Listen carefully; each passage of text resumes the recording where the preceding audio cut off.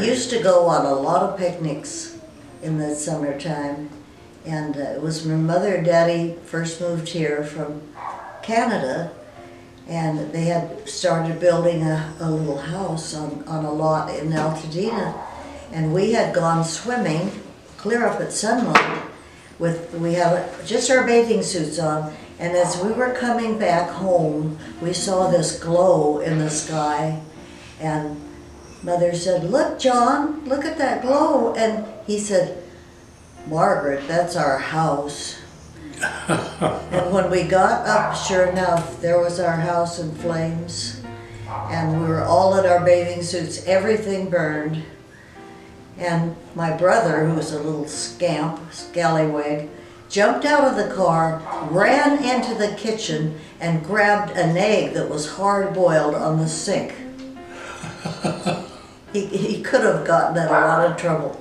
But that was a pretty scary thing, and then we didn't have any clothes to wear. The neighbors and the church people all helped us. So we got through that, but that was pretty traumatic. One time when I was about 4 years old, and Mother was cooking in the kitchen, I remember her rolling out the dough, and she said, "If you go outside, don't cross the street." And of course I said, "No, I won't." But then when I went outside to the street, there was a little boy on the other side, and he said, "Come on over and play." And I knew I wasn't supposed to, but I dashed out in the street, and that was all I remember until I woke up in the hospital. And I was so lucky that day because the next door neighbor went out to his garage and got a big blanket or something, and he told his wife he was going to pick up the little dog that was run over in the street, and of course it was me. So they took me to the hospital, and when I woke up, the only thing I could think of to say was, "Mother, why did you wear that purple hat?"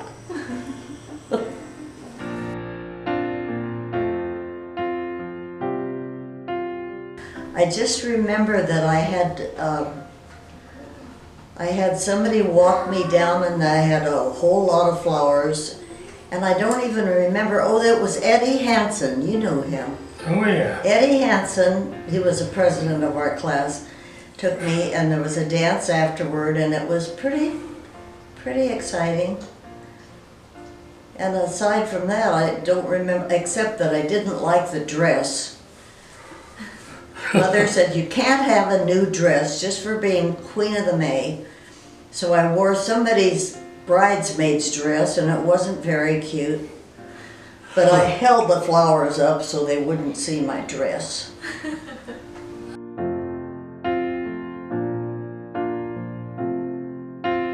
They told me that March 22nd of 1928, my parents were driving down the frozen river to go across to Canada where the doctor lived. And they got over there and the doctor wasn't home.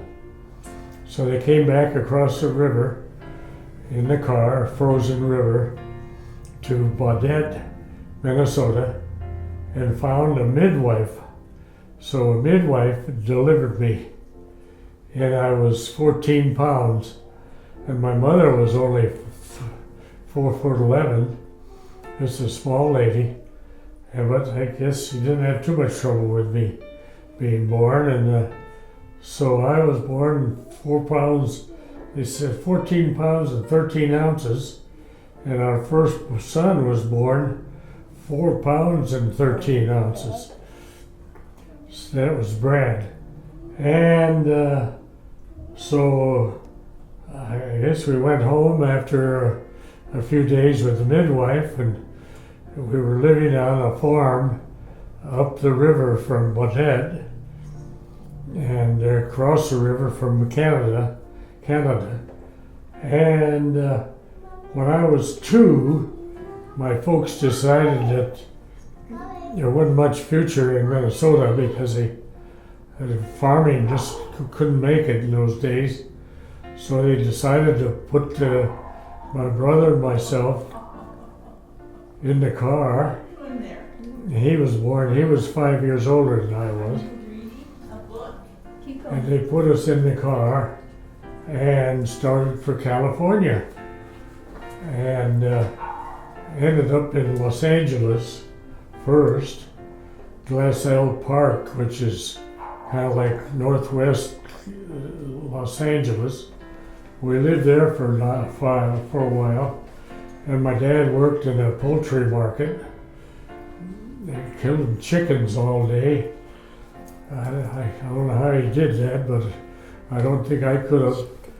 Then we moved over to Glendale, and I remember the street there, and just around the corner was a candy shop, and I was only probably 4 years old, and Mom would give me a nickel or a dime, and I'd run around the corner to the candy store and get whatever I wanted for my nickel or my dime. And then after a while, they decided to move to Pasadena, and we moved right on Orange Grove, which is a famous street in Pasadena. It's where the Rose Parade comes up, Orange Grove Road, past all the millionaires' homes. Of course, we didn't live in that area, but if you turn on Orange Grove, we were down at the corner of Los Romos and Orange Grove. And that's where I started school. Around the corner was John Madison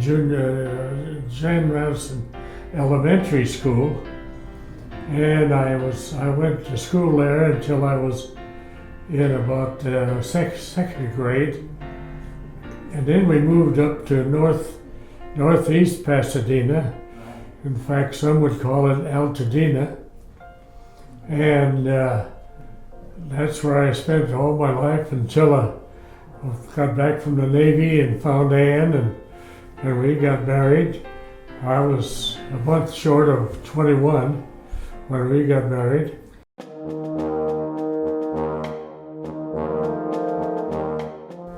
Well, I really enjoyed my Navy time because I had nothing but fun. Boot camp, and then after boot camp, there were 150 of us standing there waiting to be shipped out. And the other 149 got shipped out, and I'm still standing there. And I said, what the heck's going on? How come I'm still standing here? Well, the guy said, we want you to go to officer training school.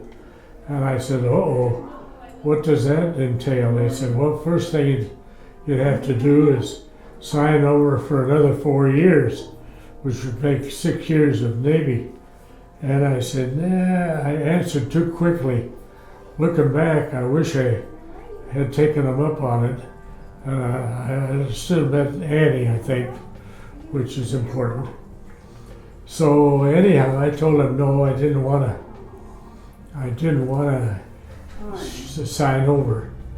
And so I get shipped to Jacksonville, Florida, to go to the Naval Air Technical Training Center.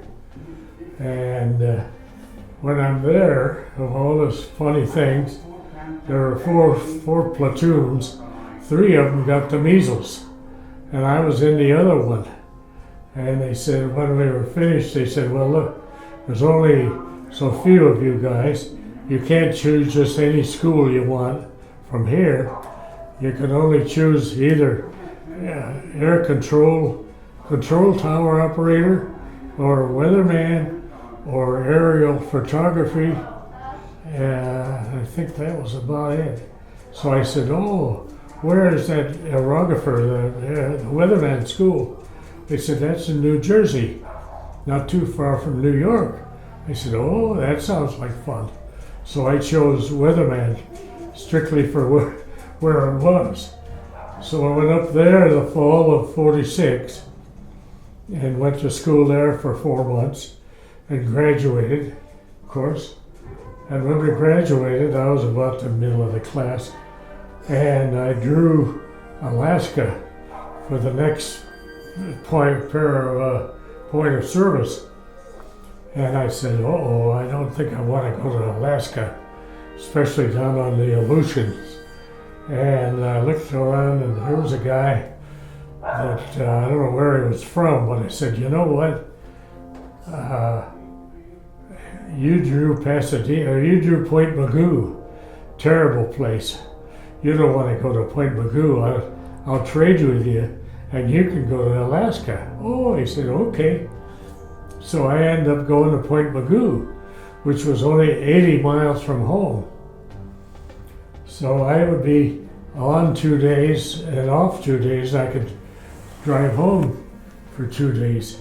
And I had a job at home in an auto body shop on Lake The island till. Yeah, with my best friend, and he'd been shipped to Memphis, Tennessee. So I'd go down to work a couple days, then back to the Navy for a couple days. And then they said, well, your next assignment is to go out to San Nicolas Island, which is 60 miles out, 40 miles past Catalina.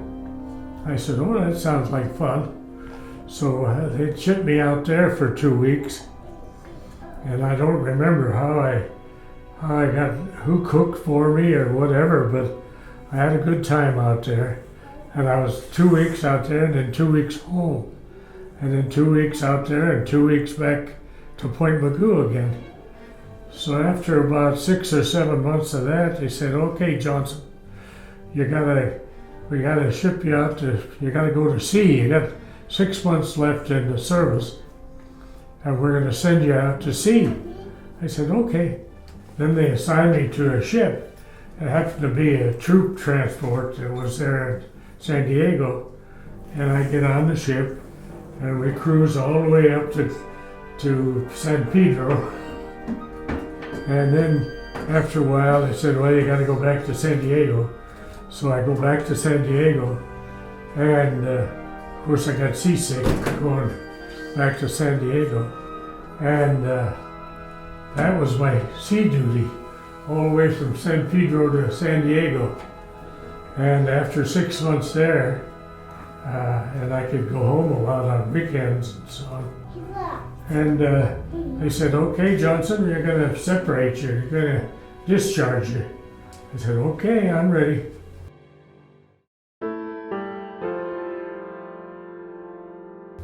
So I got discharged and went home, and this friend of mine who was in Memphis, he got home about the same time, and he said, what are we gonna do next? He says, well, we got the GI Bill, and we could go anywhere to school that we want to go.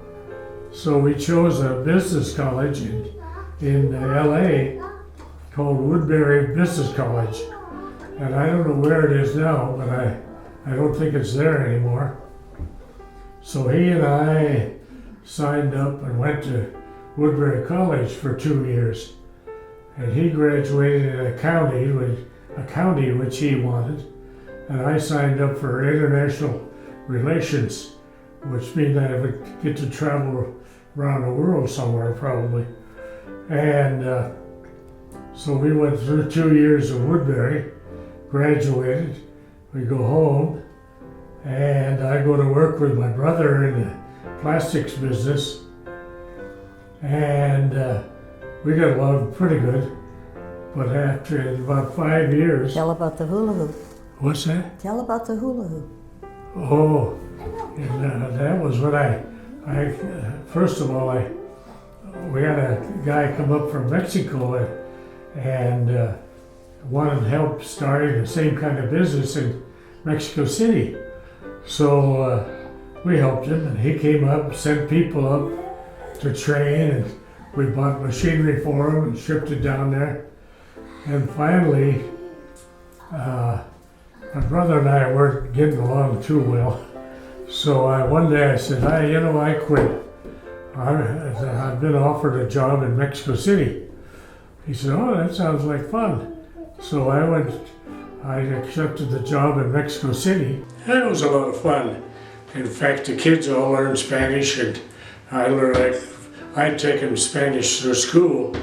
So it was, I perfected it a little better down in Mexico City. And then after just 1 year, I said, I think we better go home. We don't want to, the kids are into school and we want them to go back to U.S. schools, and so we moved home. And that was 1958, and about June, and I come back and I go to work with my brother, and the biggest thing, we were making hula hoops for Whammo. And then we decided we could make hula hoops for ourselves, and we couldn't make them fast enough. We just made millions of hula hoops, and that was 58.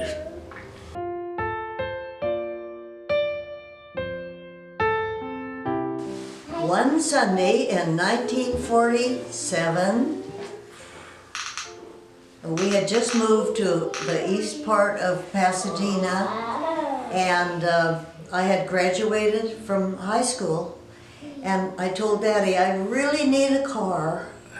And he was a really nice dad, and he got me a beautiful white convertible. It was a Ford, but it was a beautiful car.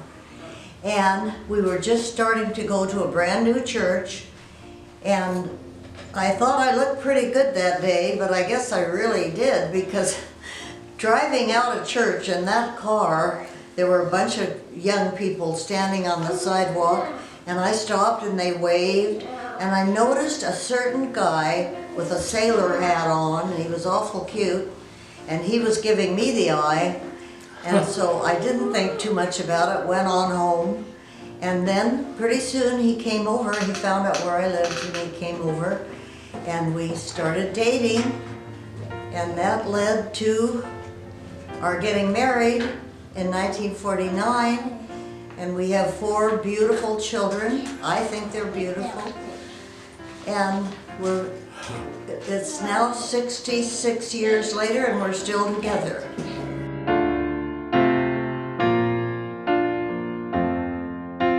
Well, Brad came first, and he's been very successful, and we're so proud of him. He was a little premature baby, weighed 4 pounds, and he made it. He went through college, and he flew with the airlines, and he flew in 2 wars. So we're very proud of him. And Bruce is doing pretty well, and he's living in Las Vegas, and he's happy. We don't see him very often. Then I have 2 girls who have done very, very well, and they have both went to Brigham Young College, and we're proud of them. And now they're had these beautiful children. I have 22 great grandchildren, which lights up my life. And now we're retired in Northern California, and I think we're gonna love it. We've only been here a little while, but I think we're gonna love it. We love being near the children. We're not lonely. So that's about it.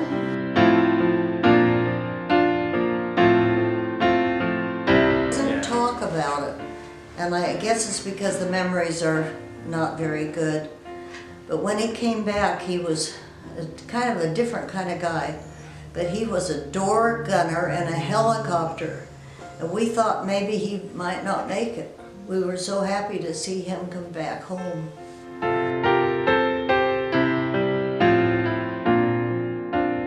Well, when I was a little kid, about 9 years old, and we had moved up to Altadena, and we weren't too far from the Altadena Country Club. And I found out that I could make some money, or some of the holes were lined up on a street, next to a street, and I could stand in the street, and when the golf ball came out in the street, and I took it back, and they give you a nickel or a dime. And that's how I, over a few years, made my first $100, picking up a lot of balls. And in fact, that got me interested in golf, and we'd go down to Salvation Army, and they had a barrel there with golf clubs in it, and for $25 you could buy a golf club. So I accumulated a few golf clubs, and then in the late afternoon I used to sneak on the golf course and play a few holes, until the gardeners would come around and kick me off. But, and then from there we always loved golf. And when I joined Rotary, LA Rotary, I find that Rotary had a international fellowship of golf. And every year they had a tournament somewhere in the world. And I was working in the plastics business, and I could go anywhere I wanted and kind of put the cost of it on the company. So in '59, I drew Sweden. They were going to Sweden. My brother said, "Hey, you got to go to that one." So I went to Sweden and played golf. Then the next year it was in Australia, or 70. No, that must have been 69. I was in Sweden. 72, we went to Australia. At that time, Ann got to go with me. And we went to Melbourne, Australia, and played golf there. And my partner and I went up to Sydney and played in Sydney. And we walked in the golf course and asked if we could, it was a private course. We said, "Could we play your golf course?" They said, "Are you Yanks?" "Yeah, we sure are. Be our guest. Here's the caddy. You gotta pay the caddy.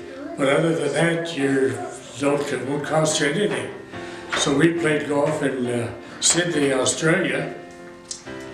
And then we came home, and after that, we went to a lot of different places playing golf for Rotary. Mexico, Canada, France, Spain, Portugal, Texas. Just had a great time playing golf everywhere.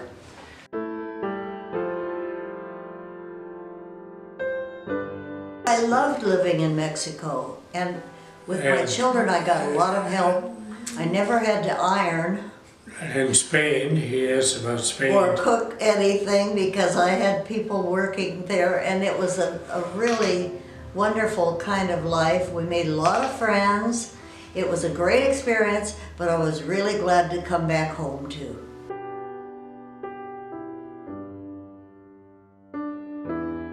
My parents were both born in the north part of Ireland, and Mother and Daddy had met each other, of course, and it was very poor over there right now. Don't have to go forward. Yeah, you can sit back. wonderful. Yeah, that's fine. And Mother decided that she would have a lot more chance. She wanted to be a nurse, but at that time they couldn't afford to send her to nursing school. So she said, "I'll go to the United States and then I can be a nurse."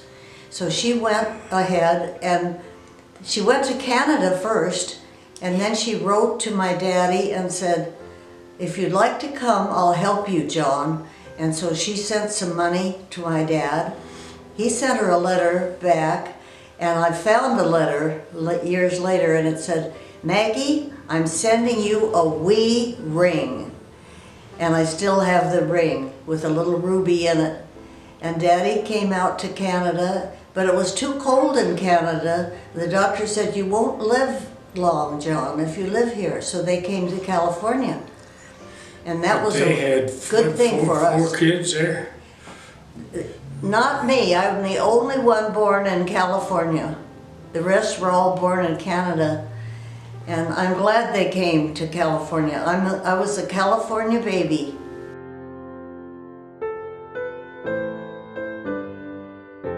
It's been a great life.